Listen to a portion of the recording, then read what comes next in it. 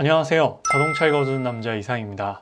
오늘은 6월 출시가 예정되어 있는 기아의 신차 소식을 전해드릴까 하는데요. 기아 자동차는 정말 매달 새로운 신차를 출시하고 있습니다. 기아 EV6를 시작으로 K8을 출시하였고 최근 K3 페이스리프트까지 출시했는데요.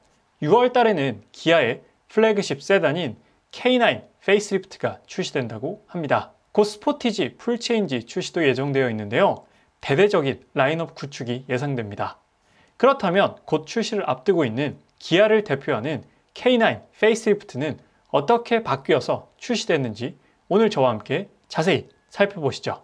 먼저 기아 K9의 특징부터 간단히 살펴보고 넘어가도록 하겠습니다. 기아 K9은 2012년 5월 1세대 모델이 세상에 처음으로 출시되었는데요. 처음 출시 당시 V6 6기통 가솔린 엔진만 적용되었습니다. 그 당시 현대자동차의 플래그십 세단인 에쿠스와의 경쟁을 피하기 위해 V8 8기통 가솔린 엔진을 미적용했는데요. 그로 인해 반쪽짜리 플래그십 세단이라는 평가를 받기도 했었습니다. 이때부터 기아의 서자로서의 아픔이 시작된 걸까요? 하지만 그로부터 2년 뒤인 2014년에 K9에 드디어 V8 8기통 가솔린 엔진을 적용하였습니다. 8기통 엔진 적용이 그리 대단한 거냐고 생각하실 수도 있겠지만 브랜드를 상징하고 대표하는 플래그십 세단에게는 대배기량이 갖는 의미가 남다르긴 합니다. 그래서 8기통 가솔린 엔진까지 적용해서 F세그먼트 경쟁 모델들, 즉 현대 에쿠스와 벤츠 S클래스, BMW 7 시리즈 등을 타깃으로 했지만 흥행에는 실패, 대참패하고 말았습니다. 그도 그럴 것이 럭셔리 플래그십 세단이긴 하지만 에쿠스나 체어맨처럼 독자적인 엠블럼을 사용하지도 않았고요. 기아 엠블럼을 그대로 사용하면서 금액만 높았기 때문에 브랜드 가치를 중요시하는 고객들에게 제대로 어필이 되지 못했습니다. 그리고 크기적으로나 가격적으로 G80과 에쿠스 사이에 있던 K9은 전체적으로 포지션이 애매하게 느껴졌고 에쿠스의 경쟁 모델이라기보다는 G80의 경쟁 모델로 인식되기도 했습니다. 2018년 3월 2세대 K9을 출시했는데요.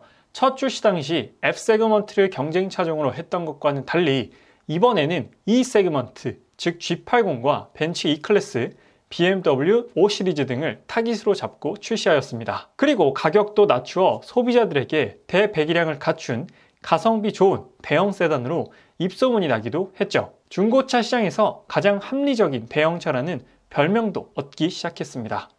소비자 입장에서는 반가운 소식이지만 브랜드 입장에서는 플래그십 세단이 중고차 시장에서 가장 인기가 많다는 건 한편으로 좀 자존심 상하는 일이기도 합니다. 현재 기아 K9은 3가지 트림으로 판매되고 있습니다.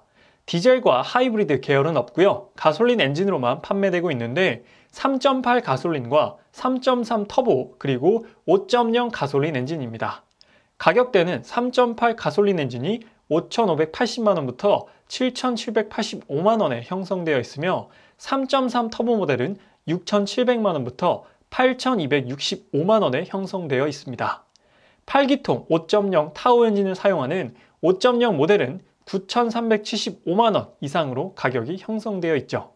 사실 5.0 모델은 거의 판매량이 없는 모델이고 주력 엔진은 3.8과 3.3 터보라고 보면 됩니다. 그래서 현재 E세그먼트 경쟁 모델들과 가격을 한번 살펴보면 제네시스 G80 3.5 터보의 시작 가격은 6,050만원입니다. 하지만 여기에 옵션을 K9 베스트 모델로 맞추면 금액은 7천만원이 훌쩍 넘어가게 되죠. 기아 K9 3.8 트림에서 가장 인기가 좋은 트림은 플래티넘 베스트 셀렉션 1이며 금액은 6,190만원입니다.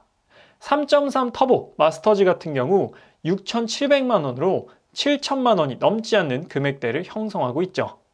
이 세그먼트 독일차 같은 경우 E클래스와 5 시리즈의 엔트리 트림 같은 경우 6천만원 중후반대 금액을 형성하고 있고 상위 모델 같은 경우 7천만원 이상의 금액을 형성하고 있습니다. 다만 할인이 적용되게 되면 K9과 비슷한 금액대로 구입이 가능하게 되지만 엔진 출력이나 옵션 사양 측면에서는 기아 K9이 훨씬 앞서긴 합니다. 가격에 이어서 다음은 크기를 한번 비교해 볼 텐데요. 현재 표에 있는 K9은 페이스리프트를 거치기 전 K9의 수치이기 때문에 페이스리프트를 거치면서 수치적으로 좀 더 커지거나 넓어지는 차이가 발생할 수 있습니다. 전장 같은 경우는 역시나 K9이 이 세그먼트에서는 가장 긴 길이를 가지고 있고요. 전폭 같은 경우 이번 G80이 풀체인지가 되면서 상당히 넓어졌는데 K9도 페이스리프트를 거치면서 전폭 부분을 좀 넓히지 않을까 생각되고요. 전고, 높이 같은 경우 역시나 K9이 가장 높은 전고를 가지어 넉넉한 헤드룸을 기대해 볼 수 있습니다. 마지막 휠베이스 같은 경우도 K9이 압도적으로 넓은 실내 공간을 가지고 있는데요. 대배기량의 넓은 실내 공간, 그리고 부담 없는 AS를 원하는 소비자들에게 많은 선택을 받지 않을까 싶습니다. 최근 기아 K9 페이스리프트의 모습이 유출되었는데요. 이렇게 대놓고 유출되는 건 정말 드문 일입니다. 송도에서 광고 촬영 중에 유출된 것인데요. 유출인지 고의적 노출인지는 모르겠지만 K9 페이스리프트의 거의 모든 외관이 공개되었습니다. 이미 보신 분들도 많으실 텐데요. 딱 봤을 때 이미지는 현재 판매되고 있는 아우디와 쌍용차를 섞어놓은 느낌이 살짝씩 듭니다. 아무래도 전면부가 주는 느낌 때문이 아닐까 싶은데요. 현재 판매되고 있는 K9과 전면부를 한번 비교해보면 달라진 점은 크게 세 가지입니다. 페이스리프트의 정석과도 같은 변화인데요. 전면부 라디에이터 그릴과 헤드라이트 그리고 프론트 범퍼의 변화입니다. 라디에이터 그릴 같은 경우 기존 모델보다 2배 정도 더 커진 것으로 보이고요. 기존 헤드램프가 위아래로 2단계로 좀 넓은 편이었다면 페이스리프트된 모델은 가로로 길게 쭉 뻗은 디자인입니다. 최근 대부분의 브랜드들이 이러한 헤드라이트의 디자인을 가지고 있죠. 하단 범퍼의 디자인 또한 중후함보다는 스포티한 느낌으로 바뀌었는데요. 전면부의 변화는 무게감을 많이 덜어낸 느낌이 주요 포인트입니다. 측면부의 변화는 페이스리프트답게 큰 변화는 없습니다. 윈도우 크롬 라인과 하단 크롬 라인 모두 그대로 이어가고 있는 모습이고요. 사이드 미러의 위치와 사이드 리피터의 디자인 또한 동일하게 가져가고 있습니다. 한 가지 가장 큰 차이점이라면 아마 휠 디자인이겠죠. 전체 길이가 5m가 넘는 엄청난 길이를 가진 대형 세단이기에 측면부가 주는 비율이 정말 중요한데요. K9 같은 경우 이전 세대부터 측면부 디자인은 세련되면서도 우아하고 아주 매끄러운 모습을 보여주었습니다. 아마 그 부분은 페이스리프트 모델에서 그대로 기대해봐도 좋지 않을까 싶네요. 자, 다음은 논란의 중심으로 자리 잡고 있는 K9 페이스리프트의 후면부 디자인인데요. 저도 처음 스파이샷들이 돌아다닐 때 설마 했습니다. 에이, 설마 저렇게 나오겠어? 라고 말이죠. 현재 자동차 커뮤니티에서는 생선 가시 에디션이라고도 불리고 있는데요. K7의 절취선 테일램프도 사실 처음에는 적응하기가 쉽지 않았는데 이제는 어느 정도 적응이 되긴 했죠. 과연 이 생선 가시 룩도 보다 보면 적응이 될까요? 좌우 통합형 테일램프는 현대 아반떼와 유사한 디자인이기도 합니다. 꼭 이렇게 억지스럽게 좌우를 이어야만 했을까 하는 의문도 드는데요. 해외에서 판매되던 K900을 단종시키고 이번 페이스리프트는 국내에서만 판매된다고 하는데 그래서 이렇게 디자인한 건지는 모르겠지만 실물을 보기 전까진 이해가 잘 안 되는 디자인이긴 합니다. 현행 모델과 함께 살펴보면 그 아쉬움이 더 크게 느껴지는데요. 현재 모델이 더 고급스럽고 깔끔한 인상입니다. 검정색과 비교해봐도 그렇고 흰색과 비교해보더라도 그렇죠. 여러분 생각은 어떠신가요? 도로 위에 구형 K9과 신형 K9이 저렇게 동시에 신호대기를 하고 있다면 구형 K9이 중고시장에서 더더욱 많은 인기를 얻을 것 같은 느낌마저도 듭니다. 후면부에서 달라진 점은 크게 4가지입니다.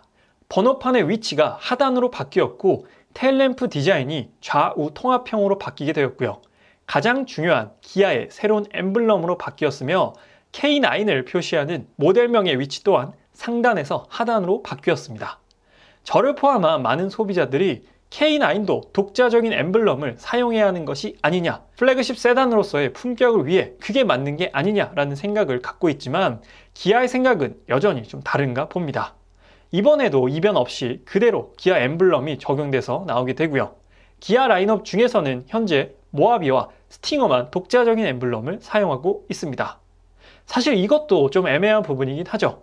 여기서 K9마저 독자적인 엠블럼을 쓰게 된다면 기아 산하의 엠블럼만 4가지가 되는 것이니까 이 또한 기아 입장에서는 좀 고민되지 않을 수 없을 텐데, 하지만 또 K9 오너 입장에서는 프리미엄 럭셔리 브랜드라는 이미지가 전혀 없기 때문에 이 K9에 대한 구매가 망설여질 수밖에 없습니다. 확실히 다른 사람 눈에는 제네시스보다는 급이 낮은 브랜드로 생각되긴 하니까요.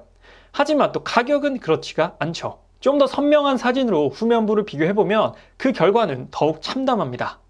제네시스 G70 페이스리프트 당시에 리어램프에 억지로 제네시스의 상징과도 같은 투라인 디자인을 적용하려다 보니까 되려 페이스리프트 이전보다 더 별로인 테일램프 디자인이 적용되었는데, K9 페이스리프트도 그런 느낌입니다. 풀체인지가 아닌 페이스리프트에서 변화를 추구하려다 보니까 전체적으로 디자인 틀이 좀 어색한 느낌이 들고, 굳이 좌우를 꼭 이었어야만 했나 하는 생각도 드는데, 영감은 낯선 것으로부터 온다고 하니까 확실히 낯설게 느껴지긴 합니다. 그래서 오늘은 6월에 출시를 앞두고 있는 기아 K9 페이스리프트에 대한 정보를 살펴봤는데요.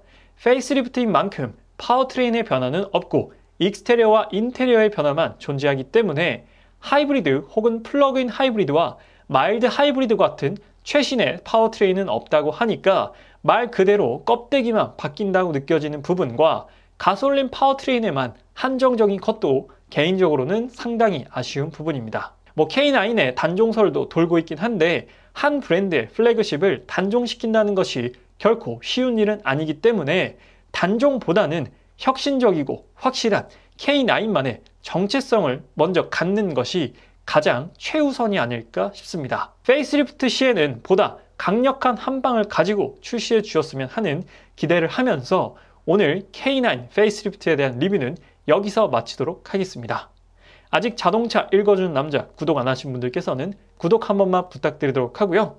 앞으로도 다양한 자동차 소식 꾸준히 전달드리도록 하겠습니다. 지금까지 자동차 읽어주는 남자 이상이었습니다. 시청해주셔서 감사합니다.